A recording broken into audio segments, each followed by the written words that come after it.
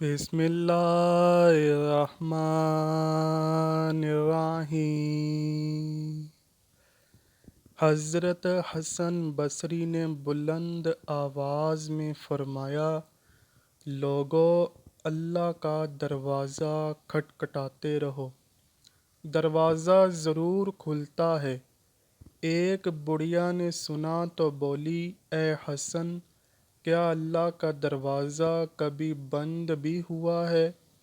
حضرت حسن بصری یہ بات سن کر غش کھا کر گر پڑے اور فرمایا، اے اللہ پاک، یہ بڑھیا تجھے مجھ سے زیادہ جانتی ہے۔ اللہ اکبر۔ بے شک سب سے برا کھیل وہ ہے جو کسی کے خلوص سے کھیلا جائے۔ اللہ جب بہترین سے نوازتا ہے تو پہلے بدترین سے گزارتا ہے۔ اگر آدمی کی نیت درست ہو اور وہ کوشش شروع کر دے تو اللہ کی مدد آ جایا کرتی ہے۔ نبی کریم حضرت محمد صلی اللہ علیہ وآلہ وسلم کا ارشاد گرامی ہے کہ جب بھی آپ کھانا کھائیں تو آپ کو چاہیے کہ پیٹ کو بھر کر نہ کھائیں بلکہ کچھ حصہ خالی رکھیں تاکہ آپ کا معدہ کبھی خراب نہ ہو۔ زیادہ کھانے سے معدہ خراب ہو جاتا ہے جس سے بے شمار بیماریاں جنم لیتی ہیں۔ 4 چیزوں کے بارے میں بتایا گیا ہے جو انسان کو جلد ہی بوڑھا کر دیتی ہیں۔ نمبر 1، انسان کا زیادہ پریشان رہنا۔ نمبر 2، زیادہ سے زیادہ غم سے وابستہ ہونا۔ نمبر 3، انسان کا کئی دن تک بھوک برداشت کرنا۔ نمبر 4، انسان کا رات گئے تک جاگتے رہنا۔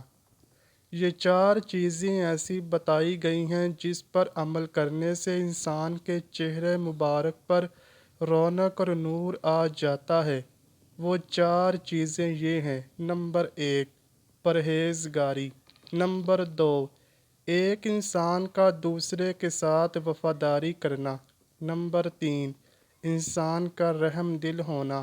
نمبر 4، بغیر مانگے حاجت مند کی ضرورت پوری کرنا۔ رسول اکرم صلی اللہ علیہ وآلہ وسلم نے فرمایا کہ 4 چیزیں ایسی ہیں جو انسان کو بدقسمت بنا دیتی ہیں۔ نمبر 1، جب انسان کو اللہ کے خوف سے آگاہ کیا جائے تو اس کی آنکھوں سے آنسو نہ آئیں۔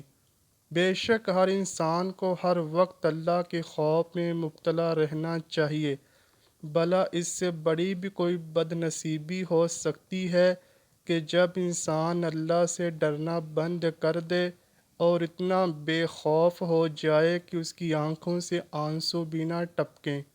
نمبر 2، انسان کا سخت دل ہو جانا، یعنی دوسروں کی مجبوری سمجھے بغیر اپنی بات کو منوانا، اور اتنا تنگ دل اور سخت دل ہو جانا کہ کسی کے لیے بھی نرم گوشہ نہ رہے۔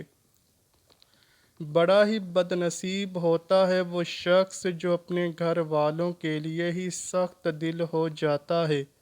نمبر 3، انسان کا لمبی امیدوں سے وابستہ ہونا، یعنی کہ انسان یہ بات کہے کہ میں فلاں سال آنے سے پہلے یہ کام کروں جس سے میری دنیا سنور جائے۔ وہ یہ بات بھلا کیسے کر سکتا ہے کہ اس کو موت بھی آنی ہے، کیا پتہ کب اللہ کی طرف سے بلاوا آ جائے۔ وہ ہر وقت لمبی امیدوں سے جڑے رہتا ہے۔ نمبر 4، انسان کو دنیا کی لالچ سے چھٹکارا نہ ملنا، جیسا کہ آج کل ہو رہا ہے کہ ہم دولت کمانے میں لگے ہوئے ہیں لیکن آخرت کو بھولے بیٹھے ہیں۔ آخر ہم نے ایک نہ ایک دن مر بھی جانا ہے اور وہاں جا کر حساب بھی دینا ہے۔ حضرت حذیفہ رضی اللہ تعالی عنہ سے مروی ہے کہ رسول کریم صلی اللہ علیہ وآلہ وسلم نے فرمایا، جب ایک شخص کا اپنے خالق حقیقی سے ملنے کا وقت آیا تو اس نے مایوسی کی حالت میں اپنے رشتہ داروں کو اکٹھا کیا اور کہا کہ میں مرنے کے قریب ہوں، میری لاش کو لکڑیوں سے اتنا جلانا کہ میرے جسم کا ریزہ ریزہ سڑ کر سوا ہو جائے، پھر ان ذروں کو تیز آندھی میں اڑا دینا تاکہ میرے جسم کے ذرے اکٹھے نہ ہو سکیں۔ جب وہ بندہ مر گیا تو رشتہ داروں نے اس بندے کی نصیحت کے مطابق اس کو جلا کر اس کے جسم کو تیز آندھی میں اڑا دیا۔ جب اللہ پاک نے اس کے جسم کو اکٹھا کیا اور اس بندے کی نیت کے بارے میں دریافت کیا تو وہ کہنے لگا، اے اللہ، تیرے خوف سے میں نے یہ سب کچھ کیا۔ تو اللہ پاک نے بندے کا یہ جواب سنتے ہی اس کو بخش دیا۔ حضرت ابو ہریرہ رضی اللہ تعالیٰ عنہ حدیث پاک بیان کرتے ہیں کہ 3 لوگ ایسے ہیں جن کی نہ تو کوئی نیکی قبول ہوگی اور نہ ہی نماز قبول ہوگی۔ نمبر 1، ایسا غلام جو اپنے مالک سے بھاگ گیا ہو جب تک کہ وہ اپنے مالک کے پاس واپس نہ آ جائے تب تک اللہ پاک اس کی نہ نماز قبول کرتا ہے اور نہ ہی کوئی اور نیکی قبول فرماتا ہے۔ نمبر 2، اس عورت کی کوئی نماز قبول نہیں ہوتی جس کا شوہر اس سے ناراض ہو۔ نمبر 3، ایسا شرابی جو ہر وقت اپنے نشے میں مست رہتا ہو۔ اس حدیث میں ہے کہ اللہ نے مرد کا رتبہ عورت کی نسبت زیادہ بلند کیا ہے اور مرد کو عورت پر غالب فرما دیا ہے۔ اللہ کا فرمان ہے، اگر میں دنیا میں کسی کو سجدے کا حکم دیتا تو بیوی سے فرماتا کہ اپنے شوہر کو سجدہ کرے۔ نبی کریم صلی اللہ علیہ وآلہ وسلم کا فرمان ہے کہ عورت کے لیے اس کا شوہر دوزخ اور جنت ہے۔ وہ اپنے شوہر کو راضی کر کے جنت میں اعلیٰ مقام حاصل کر سکتی ہے اور اپنے شوہر کو ناراض کر کے دوزخ کی حقدار بھی بن سکتی ہے۔ اللہ پاک نے مرد کو اتنا بڑا درجہ عطا کیا ہے کہ عورت کس طرح اپنے خاوند کو ناراض کر سکتی ہے، اور اگر ناراض کرے گی تو اپنی جنت کو ٹھکرا کر وہ جہنم میں اپنا ٹھکانہ بنائے گی۔ نبی کریم صلی اللہ علیہ وآلہ وسلم نے فرمایا کہ خدا نے 3 آدمیوں کو اگر جنت میں بنایا ہے۔ نمبر 1، ایسا انسان جو حق پر ہوتے ہوئے بھی اللہ کی رضا حاصل کرنے کے لیے دوسرے بندے سے جھگڑا ختم کر دے۔ نمبر 2، ایسا شخص جو اپنے دوستوں سے مذاق کرتے ہوئے بھی جھوٹ کے پاس نہ جائے۔ نمبر 3، ایسا شخص جس کے اخلاق اچھے ہوں۔ حضرت سیدنا امامہ رضی اللہ تعالیٰ عنہ نبی اکرم صلی اللہ علیہ وآلہ وسلم کا ارشاد بیان کرتے ہوئے فرماتے ہیں کہ اللہ پاک نے ایسے بندوں کا گھر جنت کے بالکل درمیان میں بنا رکھا ہے جو حق پر ہوتے ہوئے بھی دوسروں سے لڑائی جھگڑا نہ کریں بلکہ سب کچھ اللہ پر چھوڑ دیں کہ اللہ بہتر کرنے والا ہے۔ ایسا شخص جو دوسروں کے ساتھ مذاق کرتے ہوئے بھی جھوٹ کبھی نہ بولے، ایسے انسان کا گھر بھی جنت کے وسط میں تعمیر کیا گیا ہے، اور جو اچھے اخلاق کا دامن ہاتھ سے نہیں جانے دیتا۔ حکماء کے مطابق 4 چیزیں ایسی ہیں جو انسان کو بہت جلد بیماری اور پریشانی کی طرف لے جاتی ہیں۔ نمبر 1، زیادہ باتونی ہونا۔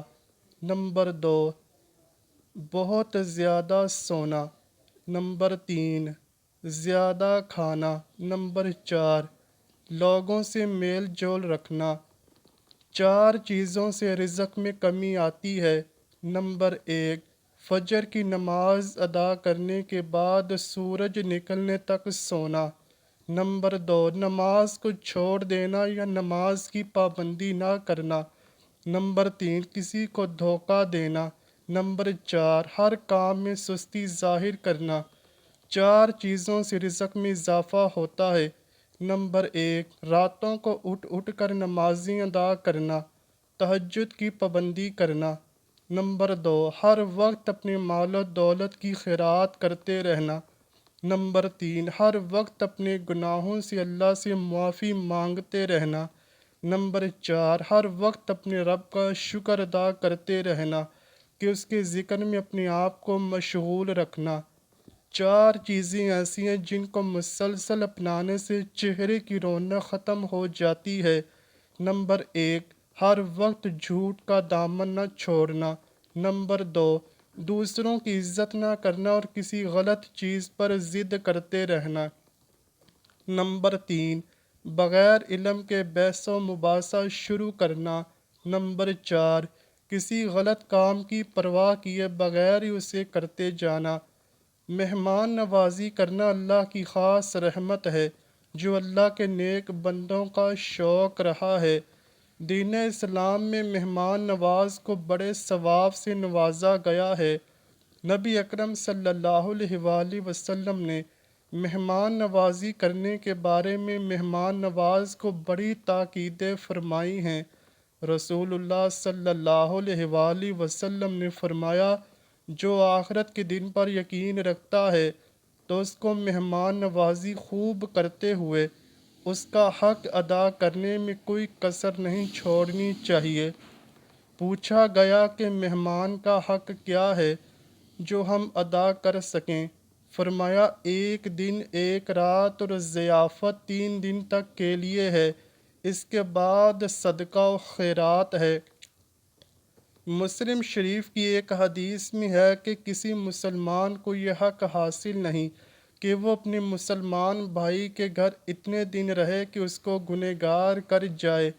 صحابہ کرام نے فرمایا، اے اللہ کے رسول صلی اللہ علیہ وآلہ وسلم، وہ مہمان کسی مسلمان بھائی کو کیسے گنہگار کر سکتا ہے؟ اس کا جواب دیتے ہوئے رسول اللہ صلی اللہ علیہ وآلہ وسلم نے فرمایا، ایک مہمان اس کے پاس اتنے دن ٹھہرے کہ اس کے پاس مہمان کو کھلانے کے لیے کچھ بھی نہ رہے۔ اللہ پاک سے دعا ہے کہ وہ ہمیں شیطان کے شر سے محفوظ فرمائے، ہمیں نیک اعمال کرنے اور برائیوں سے دور رہنے کی توفیق دے، ہم سب کو رسول اللہ صلی اللہ علیہ وآلہ وسلم اور ان کی آل پاک سے سچی اور پکی محبت عطا فرمائے، آمین یا رب العالمین۔ امید کرتا ہوں کہ آپ کو ویڈیو ضرور پسند آئی ہوگی۔ اگر ویڈیو پسند آئی ہے تو ویڈیو کو لائک کیجئے، شیئر کیجئے اور چینل کو لازمی سبسکرائب کیجئے۔ کمنٹ سیکشن میں اپنی رائے کا اظہار بھی ضرور کیجئے گا۔ ملتے ہیں اگلی ویڈیو میں، تب تک کے لیے اللہ حافظ۔